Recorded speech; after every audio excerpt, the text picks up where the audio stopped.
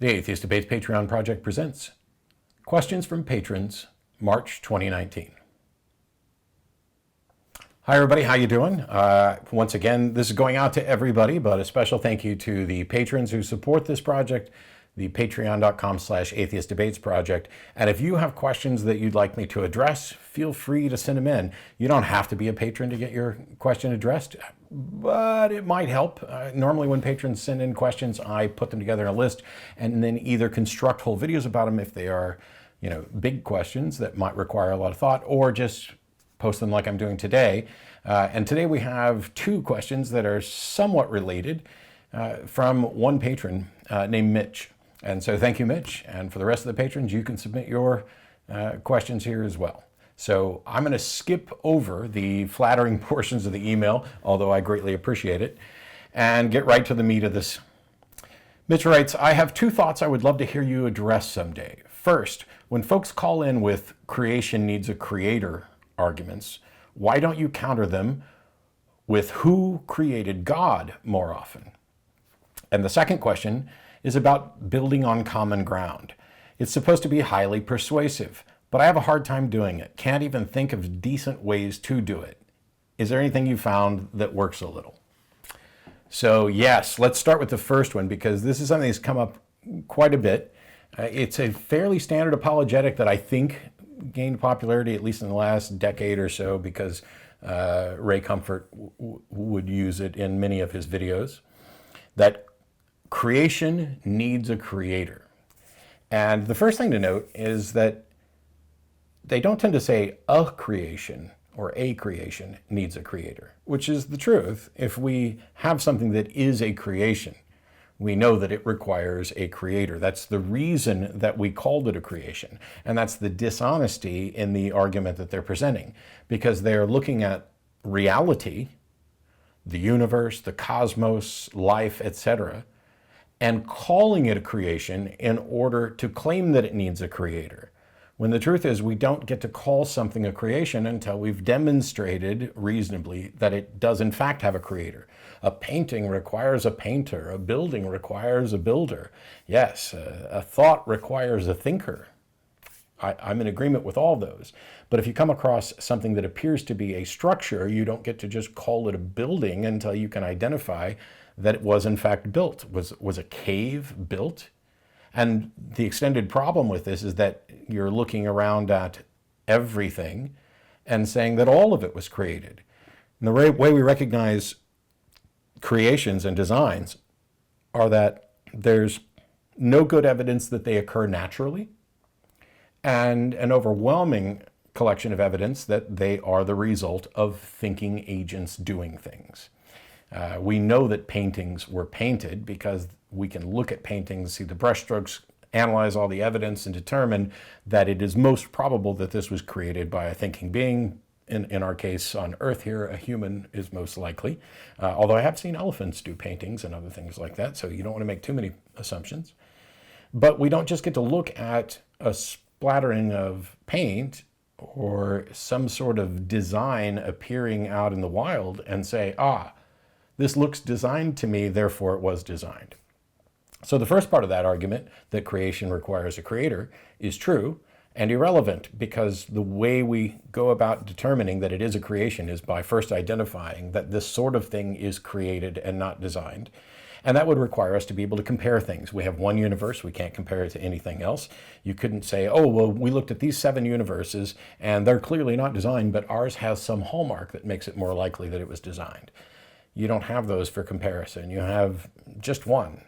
And the way we go about figuring things out is through multiple trials. And by analogy, to say, we don't have 53,000 Mona Lisas, but we have countless paintings, and that even if we didn't know who painted the Mona Lisa and didn't have good records, it bears all the hallmarks of recognized creations. The second part of his first question was, when they call in with this, why don't I reply with, well, then who created God? So first of all, and I am reading that correctly, he said, then who created God? I love that, because there's already an extra mistake in the question, and it's one that came up on the show years ago, where someone called in and said, if God didn't create the universe, who did? And by putting a who in there, they are narrowing the options. Well, if it wasn't God, then it must have been some other thinking agent. Who is it?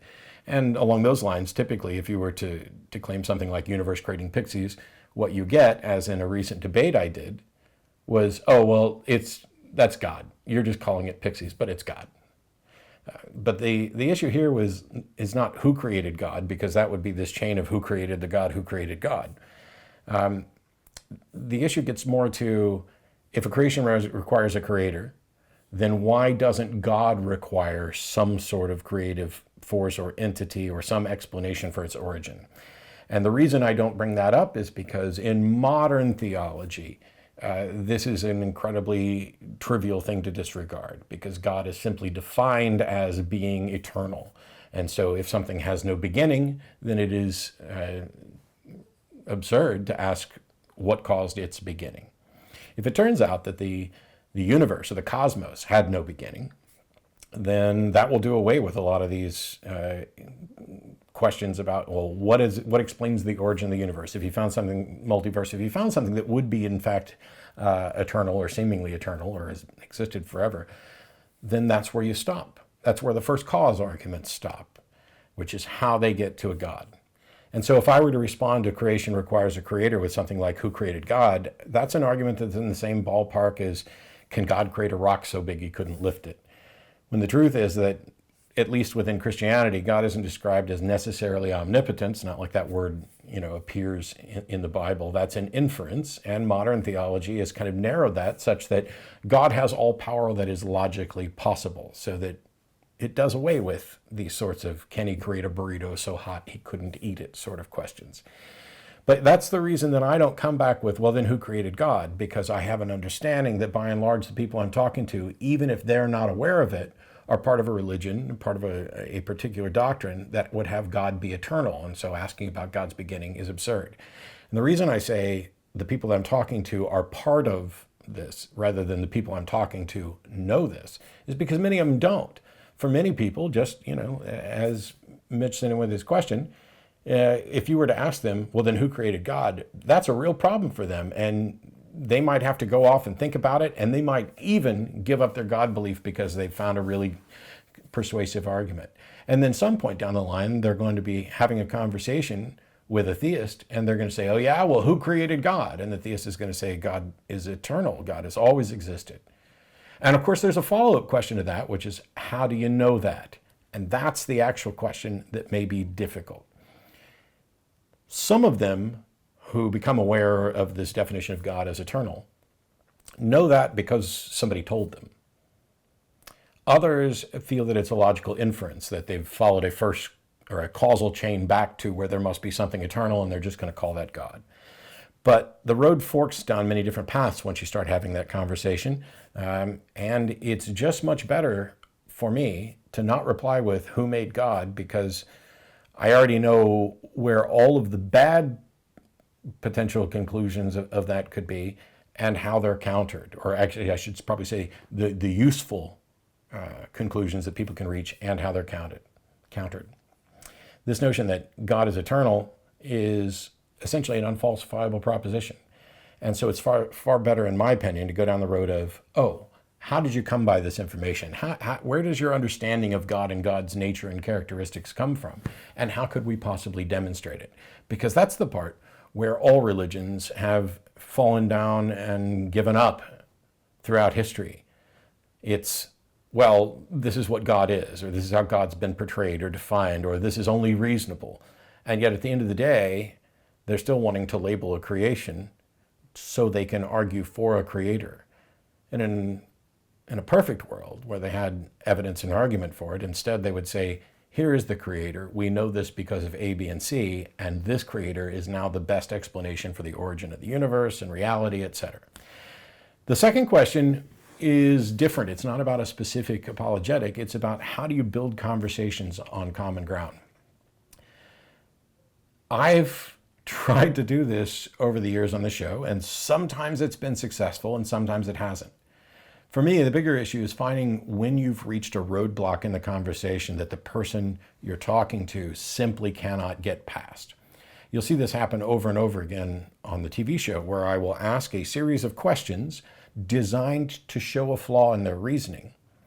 And they will give clear answers to some of those questions. And then as soon as it dawns on them that answering the next question clearly and honestly, like, can faith lead to true and false conclusions? Yes. Well, doesn't that mean that faith is then not a reliable pathway to truth? No, not so much. You see that all the time. The best thing you can do, if you really care about the conversation, is to set aside the discussion that you're having at the moment and instead have a secondary discussion that has nothing to do with the religious subject or anything else, that is about how we would go about defining the truth. Let's see if we can find the point at which we diverge. For example, are you and I sharing a reality? Do you believe that we're sharing a reality? I believe that you and I share a reality. Do you believe this? If the answer is yes, cool. Then now we share a reality becomes an agreed upon foundation. Okay?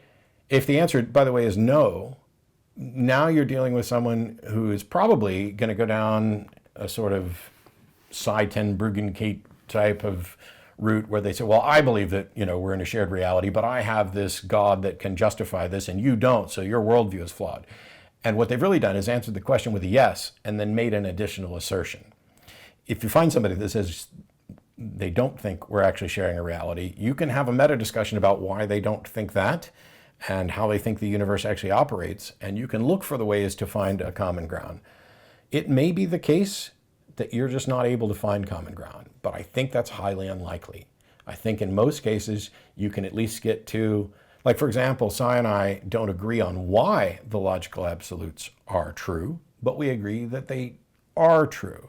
And you would think that this would be a good foundation with which to start. We have the basis for logical reasoning, and we go off to have a discussion about what's reasonable. And whenever this gets uncomfortable, Cy's response is to say, yes, but you can't justify reason, and I can, because he thinks that's a way out of it. Now, granted, it's been several years since I interacted with him at all, but that is at least one way where you can reach common ground. And then as soon as you lead down in a reductio ad absurdum type of fashion, where you want to use reasoning to show that they're being unreasonable or irrational or, contradiction, then you get this bizarre thing where, yes, we agree on reason, but because you can't have a foundation for it, you can't know. It's all these red herrings and stuff they're waving around left and right. In order to avoid dealing with the reality, which is there's been a demonstration that they're not reasoning correctly. And so, well, maybe it is a fallacy, but you can't explain why a fallacy is flawed. Well, I can. I can explain the problems with fallacies in a syllogism because we've already agreed on the foundations of logic. Yes, but that requires the law of non-contradiction, and you can't prove that. Oh, well, I get it.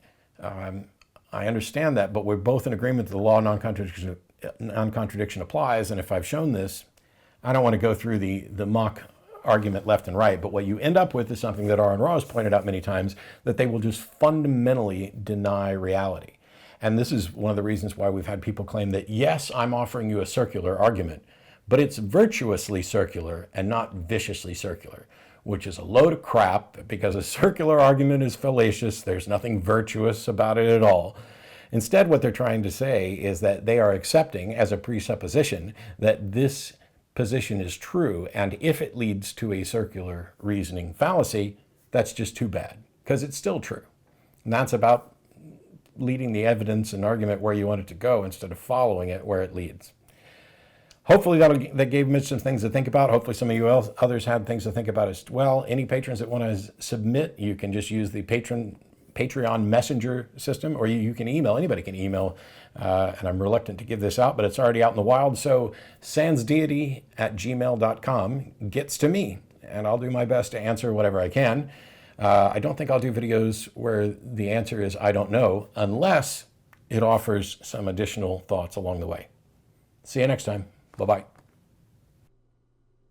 This video is made possible by supporters of the Atheist Debates Patreon project. You can find more information and add your support at patreon.com/atheistdebates.